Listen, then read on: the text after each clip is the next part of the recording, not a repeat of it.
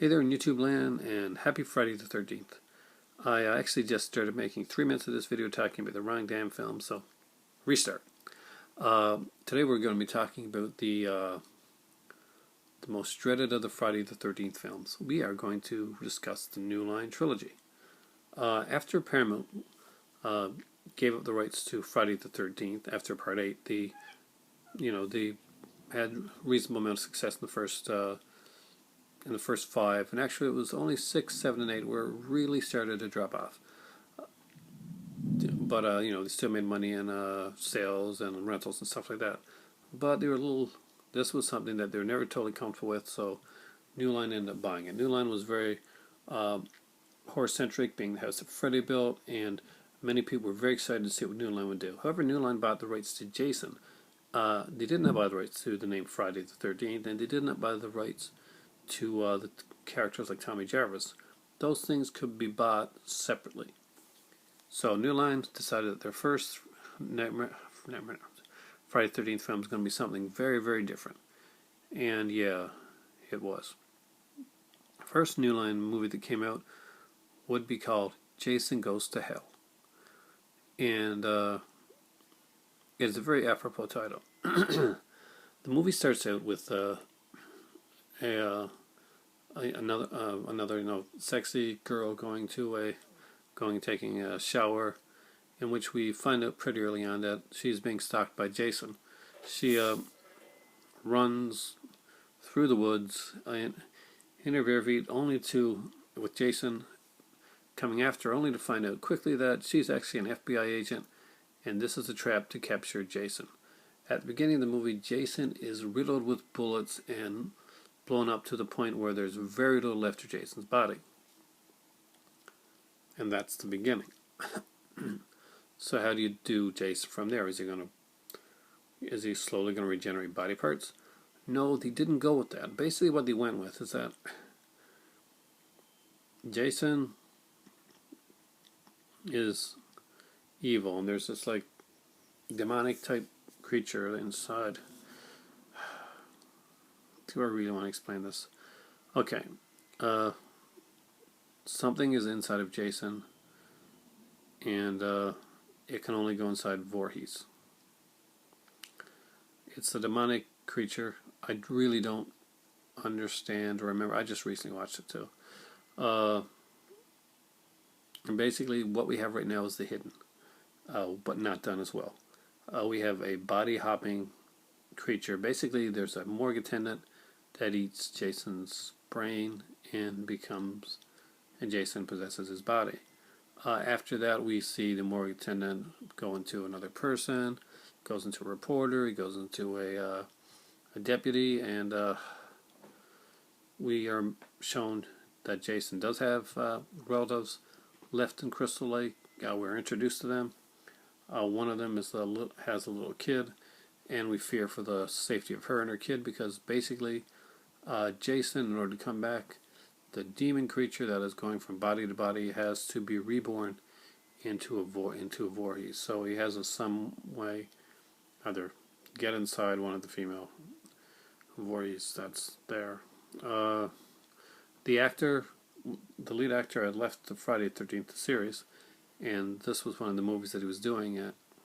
We had the star of Friday the 13th, the TV show. And he did a really good job for what he had to do, but honestly, the movie's crap. It's really crappy. There's very little Jason seen in this movie. Obviously, with other people's bodies, with body hopping, stuff like that, Jason is seen pretty much right at the beginning and right at the end. There's a fight at the end. This is basically just a setup for a Freddy vs. Jason film.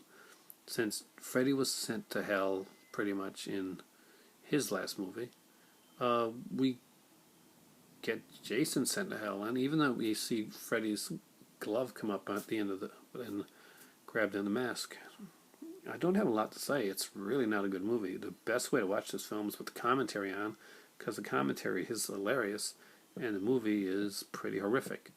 But it would get worse. Oh yes, it would get much worse. Waiting for Freddy vs. Jason to be done, there were still a lot of loopholes, and they were trying to get the right script and stuff. So to make sure that Jason didn't get, people didn't forget the character, they made another movie, to kind of a placeholder and like in between. Think like the 1994 Fantastic Four film that they did to keep the rights, but in this case they did it and actually put it into theaters.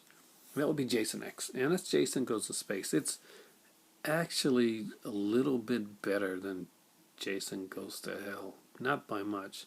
The David Cronenberg scene at the beginning is actually pretty interesting, seeing him do a cameo there, and basically we learned that Jason's body has regenerative abilities, and that's the reason that Jason hasn't been able to die, because he slowly regenerates, very slowly regenerates. So he ends up, it's years later, he's been in cryo. They find him down on Earth, and they're traveling somewhere. It's a group of students. It's kind of like a science trip. They take the body of Jason up with them, and some actually inventive kills happen, which I will give credit for. And two cast members from the series Andromeda show up. You notice I'm not getting into details with like the script plots here, because the plots are not that great. And it's not Todd Farmer's fault either, or the directors, because they had good intentions, but honestly, the movie just really was under budgeted, was under prepared. Some of the casting choices weren't the best. Things were cut out of the script. Things weren't finished, and overall, man, it just really was a painful experience. Something that I am not looking forward to watching again, but I watch like once or twice a year because I watch all the Friday 13th movies, and that is one of them.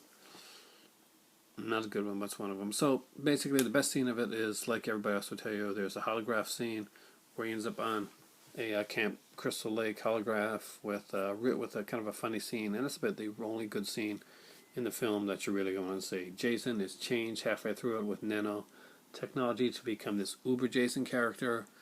This would sadly be Kane Hodder's last role, last time in the Jason role, and it's not a good way to go out. Now, for the worst of them all. Because no, that was not the worst. Jason versus Freddy.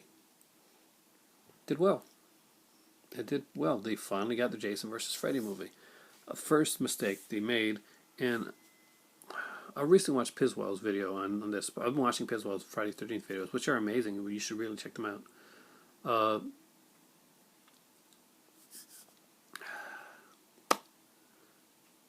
Ronnie Yu was a horrible choice for the director. He did not know the Friday 13th or the Nightmare on Elm Street series, and he didn't give a damn about the characters. He pretty much took Jason and said it was Frankenstein.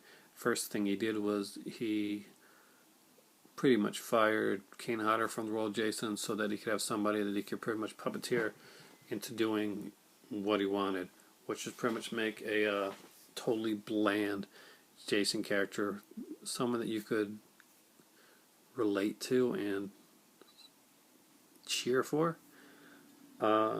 He thought of it like the WW, like a WWF wrestling match. Just kind of was his take on it.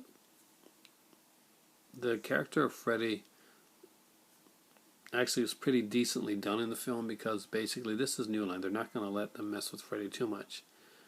And Jason, however, is the bitch of the film. First off, they hired the guy that played the cook in Jason Takes Manhattan. I kid you not. Go back to Jason Takes Manhattan. When he goes to Manhattan, he goes to the diner. That tall guy, that's the cook. That's the guy playing Jason. It's for real. That's who they got. It's not the guy's fault. It's just really badly done. The directions given to him are horrible. Do we have Jason getting mouth to mouth? Somehow they managed to tranquilize Jason. I don't get that. You can't kill him. You can tranquilize him. I don't know. But the worst thing, and I cannot get past this. I can never get past this. Jason's afraid of water. What the hell? And don't tell me, oh, well, Jason drowned and blah, blah, blah, blah. Well, one, Jason didn't drown. He did not drown. Jason was thought to be drowned and went over to the other side of the lake, lived there for years, as part 2 says clearly in the film. And bam, Jason is lived in the other side on whatever. Never came back.